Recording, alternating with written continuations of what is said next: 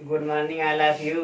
मेरे प्रिय विद्यार्थियों, आप लोग का हमारे यूट्यूब चैनल में स्वागत है।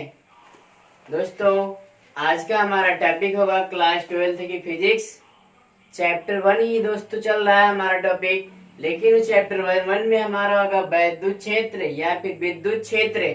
दोस्तों, वैद्युत के या तो विद्युत दोनों बात एक ही होता है। तो आपका इसकी इंग्लिश होती है इलेक्ट्रिक फील्ड। इलेक्ट्रिक फील्ड क्या होता है दोस्तों, ध्यान दीजिएगा आप लोग। यहाँ पर देखिए इलेक्ट्रिक फील्ड क्या होता है, किसी आवेश का, जैसे कि हमने आपको राइट कर दिया है ताकि आप लोग का समय लॉस ना हो, बचत हो सके और यह वीडियो जो है हमारी लंबी ना हो, थोड़ी भी जल्दी से खत्म हो जाए। दोस्तों, जैसे आपको यहाँ पे विद्युत आवेश क्या होता है, किसी आवेश के चारों ओर का वह क्षेत्र है जिसमें किसी दूसरे आवेश को रखने पर उसके प्रभाव का अनुभव करता है, वैद्युत क्षेत्र कहलाता है। दोस्तों, अगर आप कोई भी आवेश लेते हैं, जैसे हम मान लेते हैं दोस्तों, आपको यहाँ पर कोई आवेश लिया गया, यही कोई आवेश है Q1 आवेश ले लेते हैं। इसके चारों ओर का वैद्युत क्षेत्र होगा, मतलब इसके चारों तरफ कोई अपना ही क्षेत्र बना लेगा।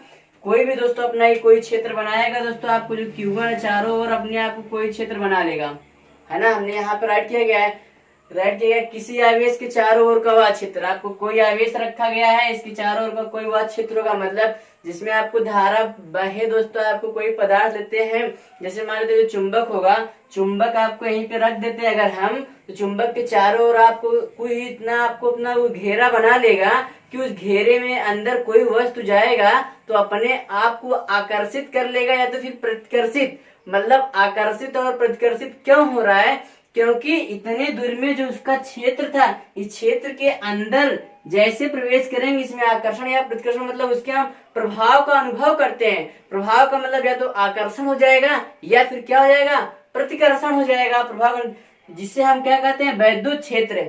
दोबारा सुनिएगा दोस्तों, किसी आवेश, मानते हैं Q1 आवेश है, किसी आवेश कि चारों ओर का वह क्षेत्र, आपको कोई आवेश ले लेते हैं, चारों ओर का अपना ही क्षेत्र बना लेगा, मतलब इतना इतना जो इतना भी आपको बनाएगा वह, जिसमें किसी दूसरे आवेश, मतलब किसी अन्य आवेश भी कह सकते हो, रखने पर या लाने पर उसके प्रभाव का अनुभव करता है। प्रभाव का अनुभव करने का मतलब होता है, अगर यहाँ पर हम कोई आवेश Q2 ला दें, यहाँ पर कोई आवेश Q3, यहाँ पर कोई आवेश Q4, तो इसके प्रभाव का मतलब या फिर इस दोनों के बीच आकर्षण होगा या प्रतिकर्षण, मतलब कोई गुण कार्य करने लगता है, चाहे आकर्षण का होगा या तो फिर प्रतिकर्षण, वही होता है इसके प्रभाव। तो वही आपको क्या कहलाता है, क्षेत्र, वैद्युत क्षेत्र कहलाता है। दोस्तों, आपको इसके बाद वैद्युत क्षेत्र है, इसे सबसे पहले माइकल फैराडे ने बताया था। मतलब क्या, माइकल फैराडे ने ये चीज बताया था कि यदि किसी आवेश के चारों ओर, मतलब उसी के समीप कोई उसकी घेरा बना लेता है, मतलब उसका जो चारों ओर का क्षेत्र होता है उसमें कोई आवेश रखा जाएगा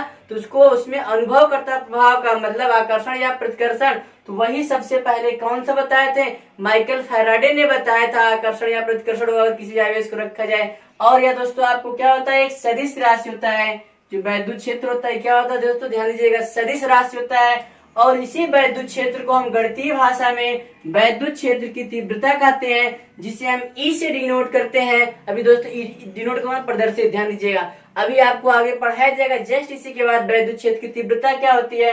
अब देखिए दोस्तों, आपको यहाँ तक तो क्लियर हो जाना चाहिए वैद्युत क्षेत्र क्या होता है, आसानी से समझ में आ गया होगा। जैसे अगर आप लोग लाइट ही अपने घर के जाते होंगे तो जब कटिया फंसाने जाते होंगे आप लोग, ऊपर का तार इतना नीचे में रहा तो या तो ऊपर है तभी आपस में आकर्षित कर लेता है, उसको उतना क्षेत्र बना देता है, वही चीज आपको है। इसके बाद अगला आपको आएगा वैद्युत बल रेखाएं या फिर वैद्युत क्षेत्र रेखाएं। दोस्तों ध्यान दीजिएगा, जो आपको वैद्युत बल रेखाएं यहाँ पर कहिए या फिर वैद्युत क्षेत्र रेखाएं कहिए, दोनों बात आपको एक ही होगा। ध्यान से सुनिएगा आप लोग, इसकी इंग्लिश होती है इलेक्ट्रिक लाइन्स ऑफ फोर्स। यहाँ पर क्षेत्र हो जाएगा तो यहाँ पर फील्ड राइट कर देंगे। वैद्युत बल रेखाएं या वैद्युत क्षेत्र रेखाएं क्या होती है दोस्तों, ध्यान सुनिएगा आप लोग। वैद्युत क्षेत्र में खींची गई वे काल्पनिक रेखाएं, दोस्तों ये काल्पनिक रेखाएं होती है, केवल इसका हम अनुभव करते हैं, हमको दिखाई नहीं देता है। तो ध्यान सुनिएगा, दोबारा रिपीट करते हैं, वैद्युत क्षेत्र में खींची गई वे काल्पनिक रेखाएं जो लगातार, लगातार का मतलब सतत वैद्युत क्षेत्र की दिशा को प्रदर्शित करती है, मतलब वैद्युत क्षेत्र की दिशा को बताती है, वो क्या कहलाता है? वैद्युत बल रेखाएं या वैद्युत क्षेत्र रेखाएं। मतलब लगातार, मतलब कोई भी काल्पनिक रेखाएं जो बनेगा वो लगातार वैद्युत क्षेत्र की दिशा को प्रदर्शित करेगा या बताती है, उसे हम क्या कहते हैं? वैद्युत बल रेखाएं। जैसे अगर आपको यहाँ पर वैद्युत क्षेत्र आपको यही है, यहाँ पर वैद्युत क्षेत्र आपको ले लेते हैं, यहाँ से यही वैद्युत क्षेत्र आपको ले लेते हैं, कोई भी इसका अनुभव प्रभाव का हम करते हैं। इसमें कोई भी हम रेखा अगर खींच दें ऐसे, तो इसमें जो रेखा खींची जाती है वो वैद्युत क्षेत्र की तीव्रता की क्या बताती है? दिशा बताती है। वैद्युत क्षेत्र की तीव्रता का ये या फिर वैद्युत क्षेत्र की दिशा ई की बताती है। उसी जो रेखा होती है, इसी रेखा को हम क्या कहते हैं? जो वैद्युत क्षेत्र की दिशा को बता रही है, यही जो हमारी रेखा खींची जाती है, इसी रेखा को वैद्युत बल रेखाएं कहते हैं दोस्तों। इसके बाद ध्यान दीजिएगा, या डिफिनीशन आप इसकी और तरीके से आप बता सकते हो। दूसरी डिफिनीशन क्या होगा दोस्तों, बता सकते हो? या क्या दूसरी डिफिनीशन बताओगे? किसी वैद्युत क्षेत्र में, वैद्युत क्षेत्र आपको रहेगा ही, वैद्युत क्षेत्र में स्वतंत्रता पूर्वक छोड़ा गया धन परीक्षण आवेश। आपको अब एक शब्द यहाँ पे मिलेगा, धन परीक्षण आवेश क्या होता है? ध्यान दीजिएगा, इसकी दूसरी डिफिनीशन बताने के लिए आपको धन परीक्षण आवेश क्या होता है दोस्तों, आप लोगों को ध्यान देना है। धन परीक्षण आवेश, परीक्षण आवेश दोस्तों आपको यही होगा यहाँ पे, धन परीक्षण आवेश। पॉजिटिव टेस्ट चार्ज, इसकी इंग्लिश होगा दोस्तों पॉजिटिव टेस्ट चार्ज, मतलब परीक्षण आवेश क्या होता है? इसको दोस्तों ध्यान दीजिएगा, क्यू नॉट से व्यक्त किया जाता है। तो पर डिफिनीशन आप सुनिए, इसकी दूसरी डिफिनीशन आप क्या बताओगे?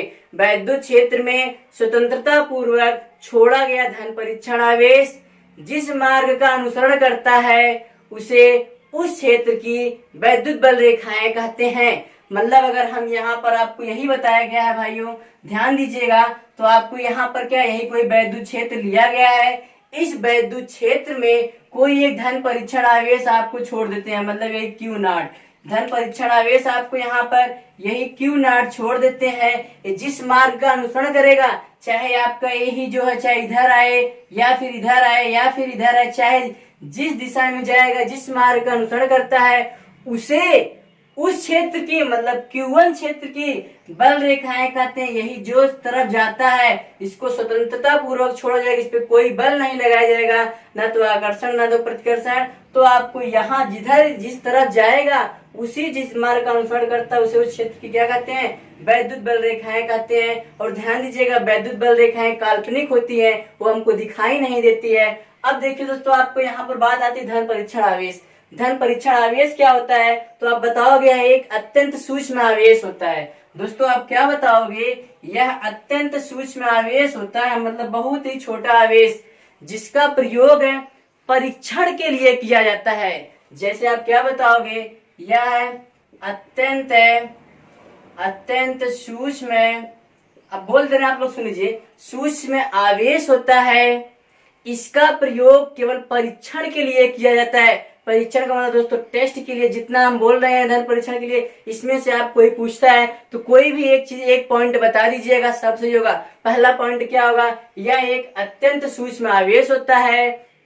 दूसरा हो जाएगा, इसका प्रयोग केवल परीक्षण के लिए किया जाता है, इसका मान 1 इकाई होता है। दोस्तों ध्यान दीजिएगा, इसका मान कितना होता है? 1 इकाई होता है। इसका प्रयोग केवल किसके लिए करते हैं? परीक्षण के लिए, मतलब टेस्ट के लिए किया जाता है। और दोस्तों सुनिएगा, यह अत्यंत सूक्ष्म आवेश होता है, इसके कारण किसी अन्य क्षेत्र की वैद्युत बल रेखाएं, मतलब क्षेत्र कोई परिवर्तित नहीं होता है, मतलब अपरिवर्तित होता है। मतलब धन परीक्षण आवेश के कारण कोई भी वैद्युत क्षेत्र बदलता नहीं है, मतलब अपरिवर्तित रहता है, इसमें कोई बदलाव नहीं होता है। दोस्तों कोई भी आप चीज कह सकते हो यहाँ से, मतलब ध्यान दीजिएगा, मतलब इसके कारण वैद्युत क्षेत्र अपरिवर्तित रहता है। लेकिन आपको जो वैद्युत क्षेत्र लेंगे किसी दूसरे आवेश का, और अच्छे से बताना चाहो बता सकते हो दोस्तों, इसके कारण किसी दूसरे आवेश का वैद्युत क्षेत्र अपरिवर्तित रहता है। इसका मतलब जैसे आपको क्या बताना होगा, जैसे आपको एक Q1 आवेश है, इसका जो वैद्युत क्षेत्र होगा यही बनेगा। इसके कारण अगर यहाँ पर हम Q0 रख देते हैं, क्योंकि इसका मान 1 इकाई होता है, किसी संख्या में 1 से गुणा करिए या 1 से भाग दीजिए या आप कुछ भी करिए, इसमें उसमें कोई परिवर्तन नहीं होता है दोस्तों।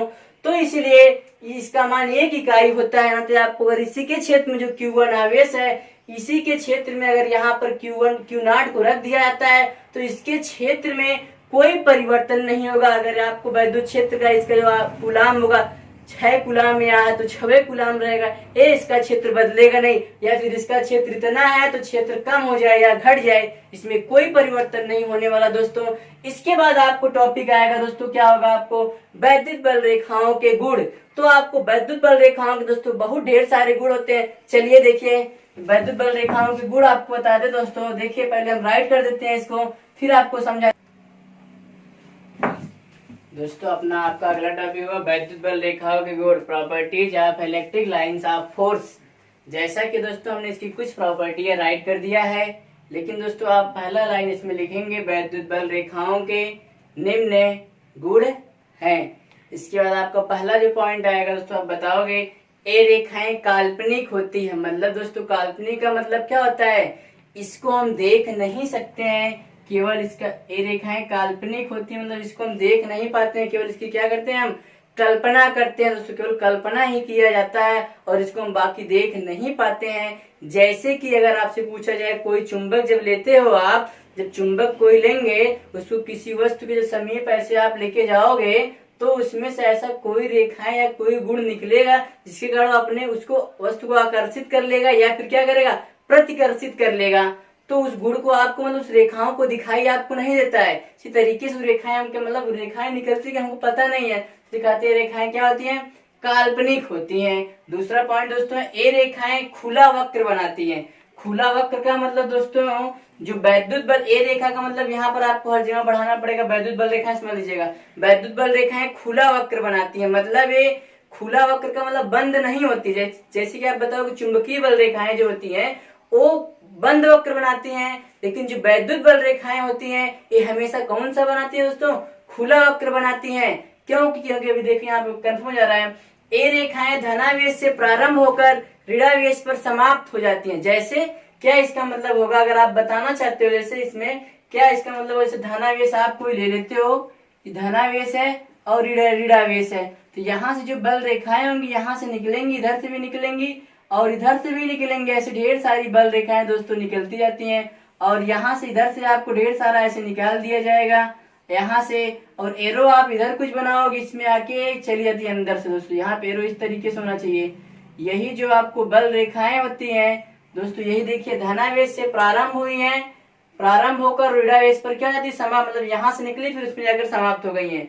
तो मतलब दोस्तों आपको खुला वक्र का मतलब यहाँ देखिए आधा कुछ ना कुछ जगह खुला रह जाता है, ये फिर यहाँ से ये नहीं है कि यहाँ से फिर इधर नहीं आ जाती है, मतलब अंदर नहीं चलती है, इसलिए खुला वक्र बन जाता है, यहाँ पे खुला ही रहता है तो खुला वक्र होता है। अगला पॉइंट होगा ए रेखाएं एक दूसरे को कभी नहीं काटती हैं। दोस्तों आपको अगला पॉइंट है, ए रेखाएं एक दूसरे को कभी नहीं काटती हैं। कभी नहीं काटती, क्यों नहीं काटती हैं? अगर दोस्तों ये रेखाएं एक दूसरे को काट देंगी, जैसे मान लेते हैं देखिए अगर यही रेखाएं हैं, एक वैद्युत बल रेखा इधर से ले लेते हैं, एक वैद्युत बल रेखा इधर से और एक वैद्युत बल रेखा दोस्तों इधर से, ध्यान दीजिएगा। चलिए दो ऐसे ऐसे बना दे रहे हैं, एक इधर से ले लेते हैं एक इधर से, ऐसे है ना दो बल रेखाएं। आपको मान लेते हैं P हो जाता है, Q बल रेखा का नाम देते हैं।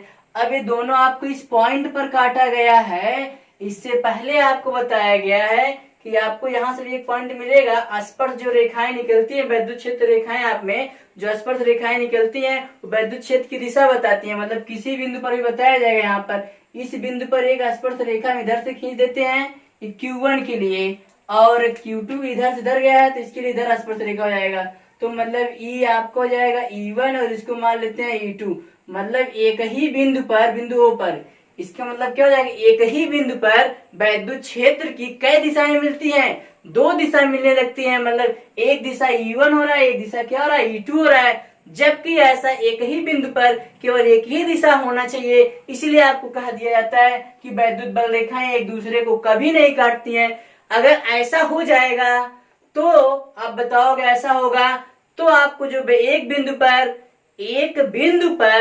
वैद्युत क्षेत्र की दो दिशाएं होने लगेंगी, जबकि ऐसा संभव नहीं है। इसलिए आपको बताया जाता है वैद्युत बल रेखाएं क्या होती हैं, कभी नहीं काटती हैं। इसके बाद अगला पॉइंट है वैद्युत बल रेखा के किसी बिंदु पर खींची गई स्पर्श रेखा वैद्युत क्षेत्र की दिशा बताती है दोस्तों। जैसे वही हमने पॉइंट लिया है, वैद्युत रेखा के किसी बिंदु पर खींची गई स्पर्श रेखा वैद्युत क्षेत्र की दिशा बताती है। मतलब आप लोग कोई भी पॉइंट ले लीजिएगा यहाँ पर, जैसे आपको यही कोई बल रेखा ऐसे ले लेते हैं, खींच गया है, एक से खींच देते हैं यहाँ पर कोई भी पॉइंट से, यही जो स्पर्श रेखा मतलब यहाँ सीधे लंबवत निकलना चाहिए, यहाँ से आप सीधे खींच दीजिए ऐसे, या फिर यहाँ से खींच दीजिए ऐसे। तो जो रेखाएं खींची गई हैं ये वैद्युत क्षेत्र की क्या बताती हैं, दिशा बताती है दोस्तों। आपको यही पॉइंट कोई भी बिंदु ले लीजिएगा, वैद्युत क्षेत्र की क्या बताएंगे, दिशा बताती हैं।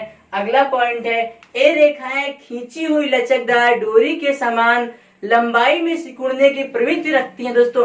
किसमें सिकुड़ने की प्रवृत्ति रखती हैं, लंबाई में। आप लोग ध्यान दीजिएगा, इसमें लंबाई में बोला जा रहा है सिकुड़ने की प्रवृत्ति रखती है। इसका मतलब क्या, वैसे लंबाई का मतलब दोस्तों क्या, जैसे देखिए आपको क्या बनेगा यहाँ पर भाई, देखिए यहाँ पर ध्यान दीजिएगा आप लोग, कह रहा है ये रेखाएं खींची हुई लचकदार डोरी के समान लंबाई में सिकुड़ने की प्रवृत्ति रखती हैं। मतलब जो वैद्युत बल रेखाएं होती हैं, एक ये मान लेते हैं कोई डोरी अगर खींच दी जाती है, लचकदार का मतलब आपको जिसमें झुकाव उत्पन्न हो जाए, नॉर्मल मतलब बहुत मुलायम सॉफ्ट जिसको बोलते हैं, लचकदार डोरी के समान सिकुड़ने की प्रवृत्ति रखती हैं। अब मतलब अगर आपको यहाँ पर P है, यहाँ पर Q है, इसमें आपको आपस में इतना सिकुड़ जाएंगी कि PQ जो दोनों बिंदु है आपको R पर आ जाएगा और किस पे आ जाएगा, S पर। मतलब आपको इतना जो रेखाएं होगा वो क्या हो जाएगा, कम हो जाएगा आपस में, मतलब R पे आ जाएगा, जो P है ये R पर आ जाएगा, जो Q है वो क्या हो जाएगा, S पर आ जाएगा। इस तरीके से जो वैद्युत बल रेखाएं होती हैं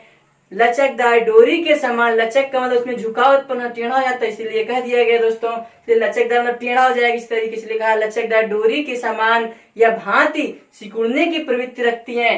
अब आपको दोस्तों यहीं से पता लगेगा जो बल रेखाएं जो सिकुड़ने की प्रवृत्ति रखती हैं, इसलिए विपरीत आवेशों में क्या होता है दोस्तों, जैसे जब सिकुड़ जाएंगी मतलब इन दोनों में क्या हो जाता है, आकर्षण होता है। इसलिए विपरीत आवेशों के बीच कौन सा बल लगता है, आकर्षण का बल लगता है। जैसे आपको यहाँ पे सिकुड़ा है कि नहीं दोस्तों, देखिए आपस में क्या आती है, आकर्षित कर लेती हैं, मतलब सिकुड़ने की प्रवृत्ति रखती हैं, इसीलिए विपरीत आवेशों के बीच आकर्षण बल लगता है। यहीं से बताओगे, अगर कोई आपसे पूछता है विपरीत आवेशों के बीच क्यों आकर्षण बल लगता है, तो बताओगे दोस्तों, ध्यान दीजिएगा, मोस्ट इंपॉर्टेंट पॉइंट आपका होगा, क्योंकि,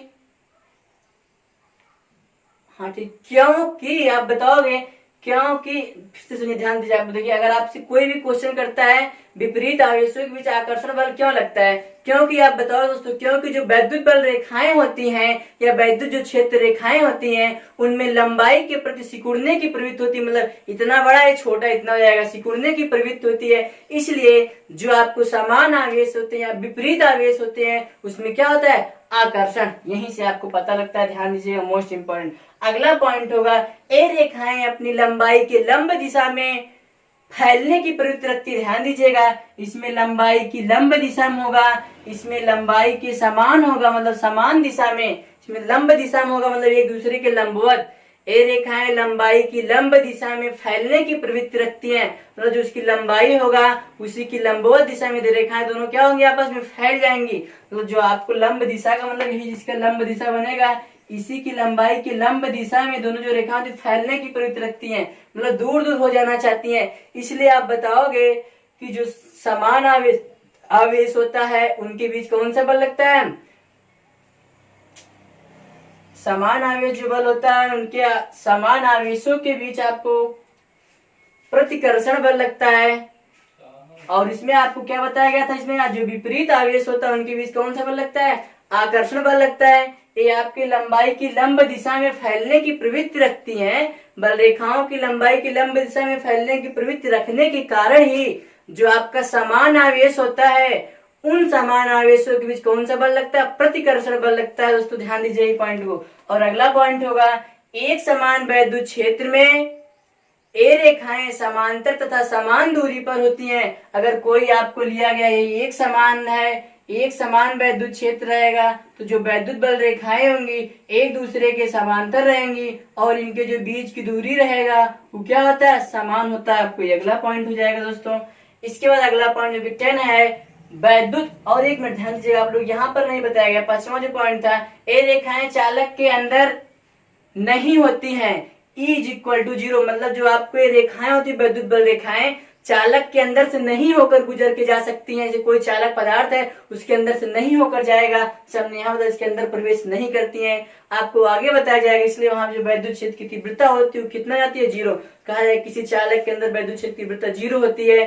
क्यों 0 होती है? क्योंकि जो वैद्युत बल रेखाएं होती है चालक के अंदर प्रवेश नहीं करती हैं, इसीलिए किसी चालक के भीतर वैद्युत बल रेखा वैद्युत क्षेत्र या वैद्युत क्षेत्र तीव्रता 0 होती है। तो आपका अगला ये पॉइंट 10 होगा, वैद्युत बल रेखा की दिशा में वैद्युत विभव घट जाता है। अगर हम वैद्युत क्षेत्र जो दिशा होगा यही बल रेखा की दिशा में, इधर ही हमारा वैद्युत बल रेखा की दिशा है, इसी तरफ हम चलते हैं जिसका विभव का मान आपको क्या जाता है, घट जाता है, मतलब कम हो जाता है। इसको आपको चैप्टर 3 में अच्छे से बताया जाएगा पूरा विथ डेरिवेशन। और एक पॉइंट आपको दोस्तों हम बता देते हैं यहाँ से, जो अगला पॉइंट होगा केवल आप लोग सुन लीजिएगा। जो वैद्युत बल रेखाएं होती हैं किसी चालक के पृष्ठ के लंबवत निकलती हैं तथा उसके लंबवत ही निकलती है और लंबवत ही उसकी जो लंबवत अंदर प्रवेश करती है। जैसे आपको कोई चालक पृष्ठ ले लिया गया है, यही मान लेते हैं कोई चालक पृष्ठ होगा, हमारा इतना गोला जो होगा यही आपको कोई चालक पृष्ठ मान लेते हैं। दोस्तों हमारे हाथ मान लीजिए कोई चालक पृष्ठ है, जो बल रेखाएं होती है इसके सीधे लंबवत इधर ऐसे निकलेंगी। चालक पृष्ठ हमारा यही है, चालक है, जो बल रेखाएं इसके लंबवत निकलती हैं और तथा जब इसमें प्रवेश करती इधर से आएंगी, इधर जब जाएंगी तो लंबवत प्रवेश भी करती हैं। एक पॉइंट आप दोस्तों और याद रखिएगा, अगर एकल धनावेश के कारण अगर कोई आपको अकेले धनावेश दिया गया है, एकल धनावेश के कारण वैद्युत बल रेखाएं धनावेश से निकलकर अनंत पर जाकर समाप्त हो जाती हैं। इसका मतलब एकल धनावेश के कारण जो वैद्युत बल रेखाएं निकलेंगी तो इस धनावेश से निकलकर अनंत पर जाकर क्या हो जाती है, समाप्त हो जाती है। मतलब इसका दोस्तों यही है, इसका पॉइंट क्या बताओगे, यहाँ पर धनावेश ऋणावेश दोनों लिया गया है, लेकिन इसमें केवल एकल का मतलब एकल धनावेश के कारण वैद्युत बल रेखाएं धनावेश से निकलकर अनंत पर जाकर समाप्त हो जाती है। अगर यही पॉइंट आपको ऋणावेश एक पॉइंट और बढ़ाते हैं, इसका पॉइंट अगर ऋणावेश में हो जाता है तो एकल ऋणावेश से वैद्युत बल रेखाएं मतलब एकल अगर आपको बताया जाए एकल ऋणावेश के कारण, एकल ऋणावेश के कारण जो वैद्युत बल रेखाएं होती है अनंत से चलकर ऋणावेश पर आपको समाप्त हो जाती है। इस एरो का मतलब बता रहा हूं, उधर से ढेर सारा अनंत से आया है और ऋणावेश के अंदर जाकर क्या हो गया, समाप्त हो गया है। अगर आपको अकेले ऋणावेश रहेगा तो उसके कारण जो वैद्युत बल रेखाएं होगा इसके अंदर जाकर सब समाप्त हो जाएंगी। और अगर आपको यहाँ पर धनावेश लिया जाएगा तो धनावेश के कारण जो वैद्युत बल रेखा धनावेश से निकलेंगी अनंत पर जाकर समाप्त होंगी। और ऋणावेश में जो आपका होगा, ऋणावेश में क्या होता है, अनंत से आकर्ती है और ऋणावेश पर समाप्त हो जाती है। दोस्तों आज का अपना अगला टॉपिक होगा वैद्युत क्षेत्र की तीव्रता। ध्यान दीजिएगा दोस्तों, एक पॉइंट आपको और बताया जाएगा इसमें, वैद्युत क्षेत्र की तीव्रता आप कितना दें